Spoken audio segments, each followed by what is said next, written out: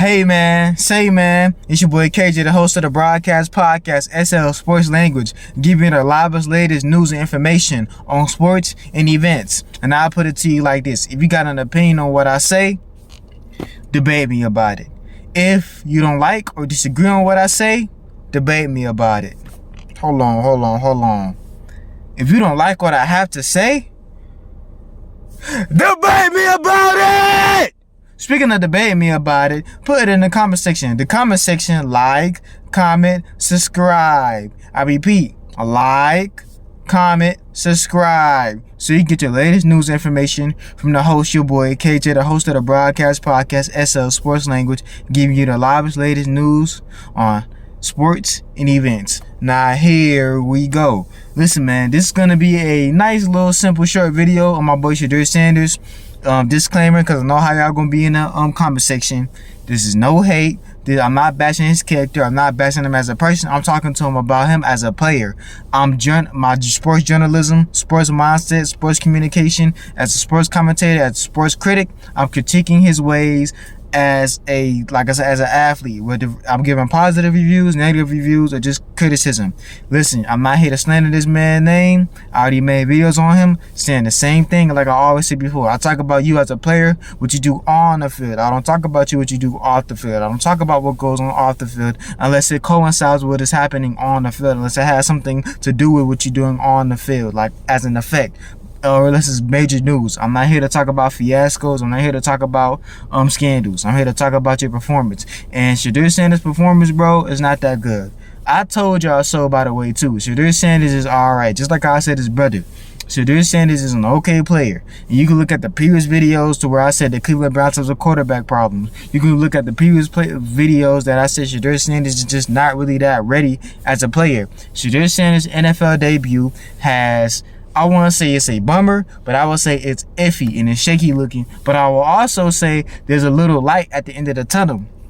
So I'm going to give you facts to my opinions. The facts is this. We already know Shedeur Sanders, he went to Jackson State. We already know Shedeur Sanders has been coached under his dad since high school, probably even Pee-wee leagues. We already know Shedeur Sanders went to Colorado. His name is retired with number 2, or with number 12, or whatever his number was. Yeah, his number 12. Then I think Travis Hunter's number 2, but whatever. I think it's the other way around. But whatever. Shedeur Sanders was his second year second season at Colorado. He was looking like a promising sort of quarterback, but we also know it was still criticism on him. We also know people were saying, well, without Travis Hunter, is he really that good of a quarterback? Because Travis Hunter bailed him out on some of those plays. We also seen Shedeur Sanders suffer a lot and struggle a lot at the QB position. Whether you want to blame it on the O-line, but then him holding on the ball too long, him running as if he got ankle weights on his ankles, him not being, to me, an elite quarterback, but can make good plays. Then we also see him get drafted, I believe, the 5th round, 144th pick. We also seen him say in the draft press conference, which is no way to even act like that, him saying verbatim, if somebody wants to draft me, they're going to have to change their whole organization to get me. Let me repeat that again.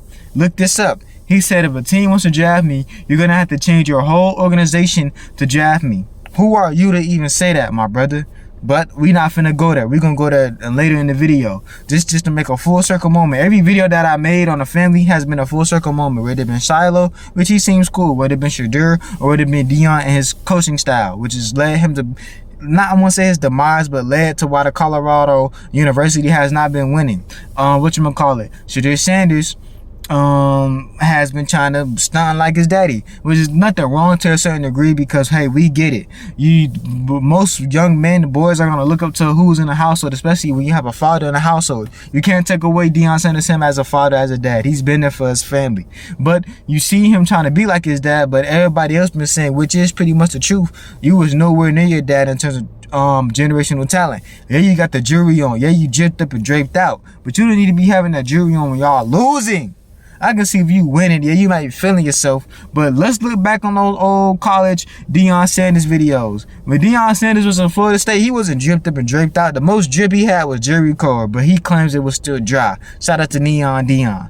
But when he got to the league, I don't even think Deion was wearing jewelry like that. So I get it, off the field. And if we really want to talk about jewelry, being wrong on the field, I would say shout out to Michael Crabtree. I would say he did that once he got to the league, especially when he played for the Oakland Raiders. But other than that, there's no reason for you to be trying to be dripped up and draped out when you're losing, bro. Like, who you trying to shine for? You need to focus on winning. And then, of course, the whole debacle and the whole, not scandal, but the bad reputation with his shout out to Buck. They call him Bucky. If I'm not mistaken, he was doing a well-off media. Pretty good vlog. I respect what he's doing. Like, the one thing about the Sanders family, they're gonna have hustles, but it's like not looking good when you're taking a bunch of L's. So you come in with this hype, you say you got the Louis bag, right? And then your son is doing these vlogs and y'all are losing. But in these vlogs, you got the DJs. And these vlogs, y'all look like y'all partying. In these vlogs, before the game, y'all got these DJ sets. Like, I can say if y'all was winning and y'all was on a roll, y'all want to hype yourselves up. But it's like, bro, y'all trying to hype yourselves up with these DJ equipment. Y'all want to hype yourselves up, whatchamacallit, you wearing these chains on top of chains, dripped up and draped out. Is you teaching these kids financial literacy? Is you teaching these kids how to save your money? Is you teaching these kids to win first and flash later? But that's besides the point. The whole point is Shedeur Sanders, right? This has led up, not want to say to his demise, but I felt like he wasn't critiqued enough in college. I feel like he's not really that as of a good quarterback. Y'all know how I feel about him as a quarterback. Yes, he can make good passes. Yes, he can throw like on target, but he's not that good without certain players, because you have certain players that made him look good. Because take away, okay, they needed a better offensive line. Y'all won 9 games. You're second year as a Colorado football player, but you still had certain problems like holding on to the ball too long, not being much of a good scrambler, and then throwing picks here and there. Let's keep it a buck. So now you get to the league, right? You drop down to the draft because of your big mouth. But not only because of your big mouth, let's be honest. Because the way you carry yourself on the field, not necessarily off the field, because Shedeur Sanders never got in trouble off the field, but on the field, the way you carry yourself. And your dad didn't make it any better. But not only that, Shedeur Sanders, you're not really that much of an elite quarterback. So now we get into the league. Your first preseason game, you killed it, right? Even though I made a video on that saying they was trying to set this man up for failure, which, check that video out, by the way. But you prevailed, you did good. But then later on in the preseason, you did kind of terrible. And then in the beginning, when the NFL started, then nobody want to take a chance on you.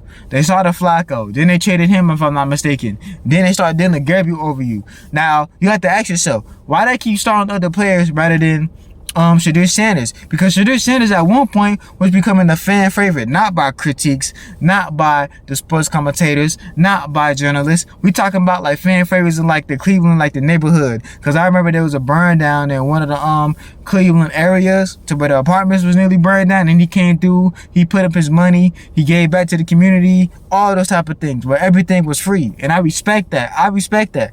But just because you become a fan favorite doesn't mean you deserve to start. And it's looking like that. Matter of fact, let's rewind for a second. Did we not forget that the owner, if I'm not mistaken, had said, oh, if I would have found out that the GM was gonna draft Shedeur Sanders at that pick, if I would have got the phone call that day or earlier that day, I would have been told them no. Which, by the way, the owner, the Haslam, you don't do nothing like that. You don't say that in public. But let's listen to what he had to say. If what he said is true, which it is, because you're not finna say that in a public platform. I mean, bro, the writing was already on the wall. You already had a chip on your shoulder, plus you already had the NFL against you, plus you already got the organization that you got drafted to against you, saying that, well, if I would have got the call earlier, I wouldn't have drafted him. But hey, I'm gonna go with my organization. Kind of like saying, hey, I paid them to do their job, and if that's what they think, hey, that's what they think. But now, you got the GM who saw something in you, right? He saw you as a steal, right? But the coach, I feel like it's coinciding with the owner, because why did it take so long for the coach to start Shedeur? Let's think about that. Is this something that he's seeing in practice? Is this something that he's seeing like in the weight rooms? Is this something that he's seeing when they running these drills? And then, right, eventually he starts you, right? you don't really do too good. You don't score not one touchdown. You don't make not one touchdown pass. You throw a pick, right? You can make an excuse. Well, the only reason why he threw a pick was because he got hit on the play. Don't matter. You still threw a pick, and it was still going to be a pick anyway. The hit just made it more of a pick, or caused it to be a pick, if that makes sense in terms of defensive plays. And then throughout the whole game, it was the defense. It was the defense. It was the defense. Hold on. It was the defense, coach, that kept Cleveland Browns in the game. Pretty much that kept Cleveland Browns in most games throughout the whole season. But the defense can't do everything. Yes, defense win games. We know the truth. But not only defense win games, the offense has to sustain the game. And it can be vice versa. The offense can have a great, it could be one game to where the offense could be clicking on all cylinders, but the defense helps sustain the game by, let's just say if it's a 30-32 win, right? To where the team that won 32 points or scored 32 points, the defense was trying to help, help sustain the offense, but they can only do about 30 points. But the offense is winning, doing so good that they won the game by 2 points because it was such an offensive game. Or it could be a 25-14-7 win, to where the defense is so good they almost shut them out to only 7 points, and the offense was winning by 25 points. And in some games, to where it's just a close defensive game, to where it was defense throughout the whole game. And that's what it looked like. Even though Baltimore was in, they couldn't really do nothing on offense. They had a couple of breakaway plays for them to win the game, like that fake, to where I think it was their tight end had ran all the way to the end zone, and plus Derrick Henry breakout gaining yards. But my thing is this, right? Shedeur Sanders, this is your moment to shine. This is your moment to prove to Dylan Gabriel, to prove to the GM, to prove to the owners, to prove to the people who was throwing up the risk with you, saying we want Shedeur Sanders to play. You used to prove the haters wrong and the people that was standing behind your corner right. And you didn't do a good job. I feel like you did an okay job. But here's my opinion, right? I feel like you need to leave Cleveland. I feel like Cleveland, and it's not to make an excuse, but this is the only excuse that Shedeur Sanders got. Well, hold on. I know what y'all thinking. KJ, you've been on Shedeur Sanders, him not being a good quarterback. Hold on. I've been on the organization as well for drafting him for I don't know what, but also the GM probably saw something in him, but that's besides the point. When the owner says I want to pick them, when they was pretty much blackballing him, and plus he's not a good player like that anyway, why draft him? But Shedeur Sanders, you need to leave Cleveland. And here's why I say this is the only excuse you got in your bag. Listen, when you was in college, you only had Travis Hunter for real. Take Travis Hunter out the picture, and you were talking about Colorado years. Jackson State years, you was looking pretty efficient. Colorado years, bro, without Travis Hunter. And then it's you not really a good scrambler, but that's besides the point. You don't have really a lot to your game. You know what I mean? You need to focus on staying in the pocket, for one. For two, you can't blame the offensive line. And for three, you got to stop holding on the ball too long, bro. You got to learn how to read the defense. But when you got to the league, right, you got to change your attitude. It's looking like you're changing your attitude. So I'm not finna blame it on, it's your attitude. You caught in your own ways. To me, I'm not finna say that.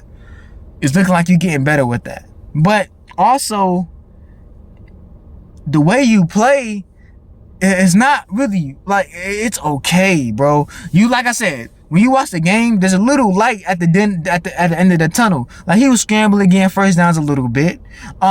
He was making some key passes. But for the defense, because it was the defense that had scored to get back to the house, it was Myles Garrett who was getting those sacks.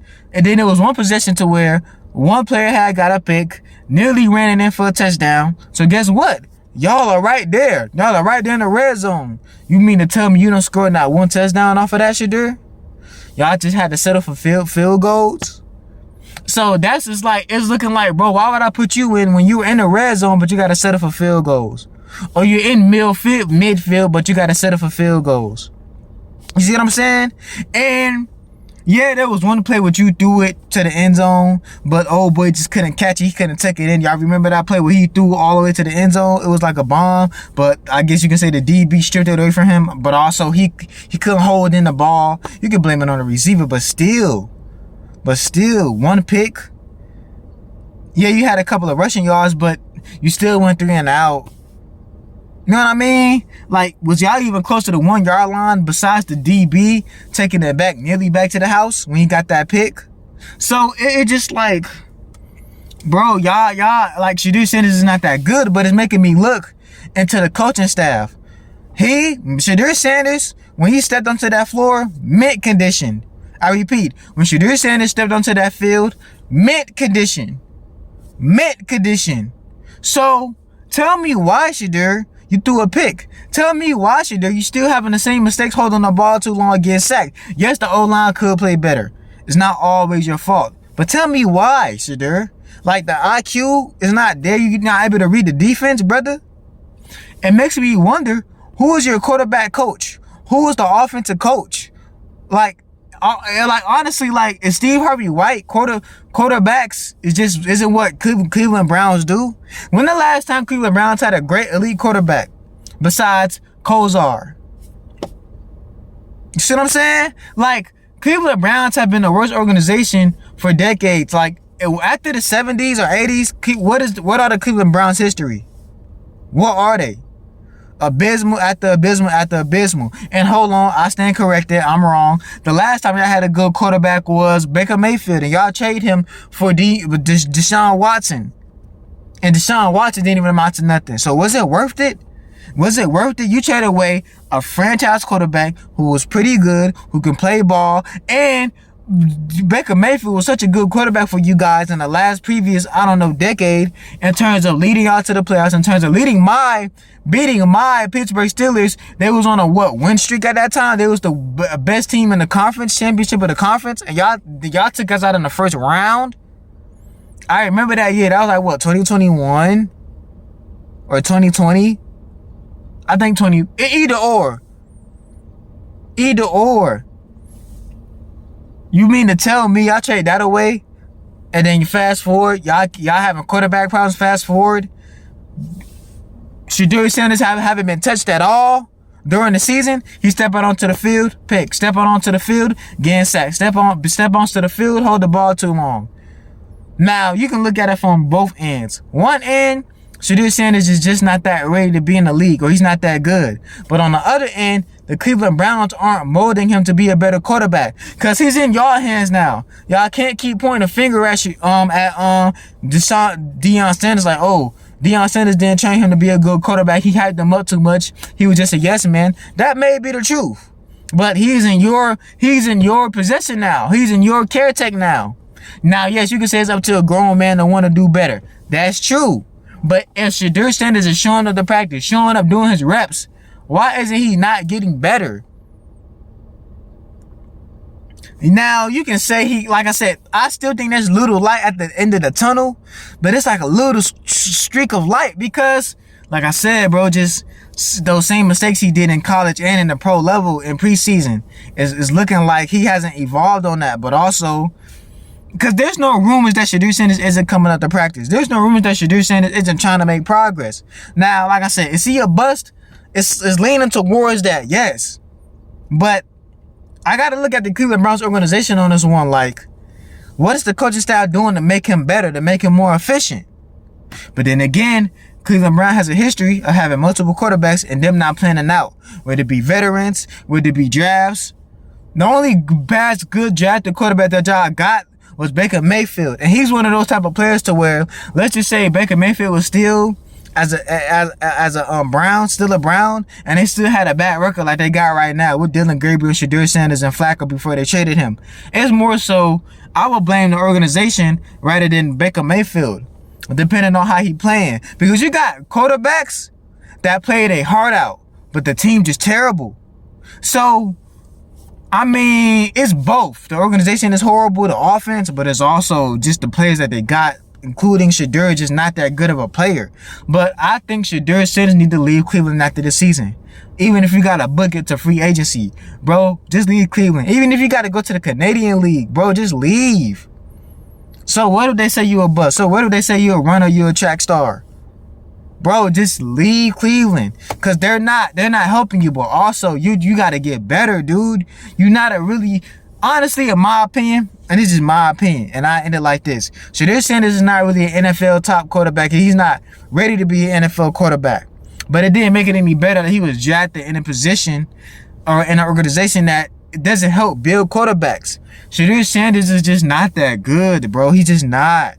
But at the same time, he can get better. You know, he's still young. So I feel like for the GM to draft, because there had to be a reason why the GM would draft Shedeur Sanders. He had to see something in him to where we can do something, you know? I don't know.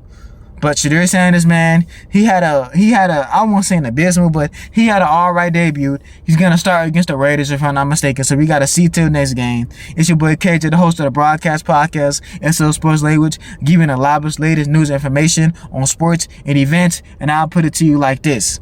If you got an opinion on what I say or said, debate me about it. You disagree on what I say or said, you can debate me about it. Hold on.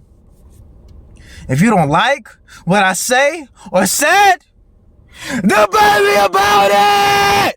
Speaking of debate me about it, put it in the comment section. Like, comment, subscribe. I repeat, like, comment, subscribe. So you get your latest news information from your boy, KJ, the host of the Broadcast Podcast. And I'm out, and thanks for the support.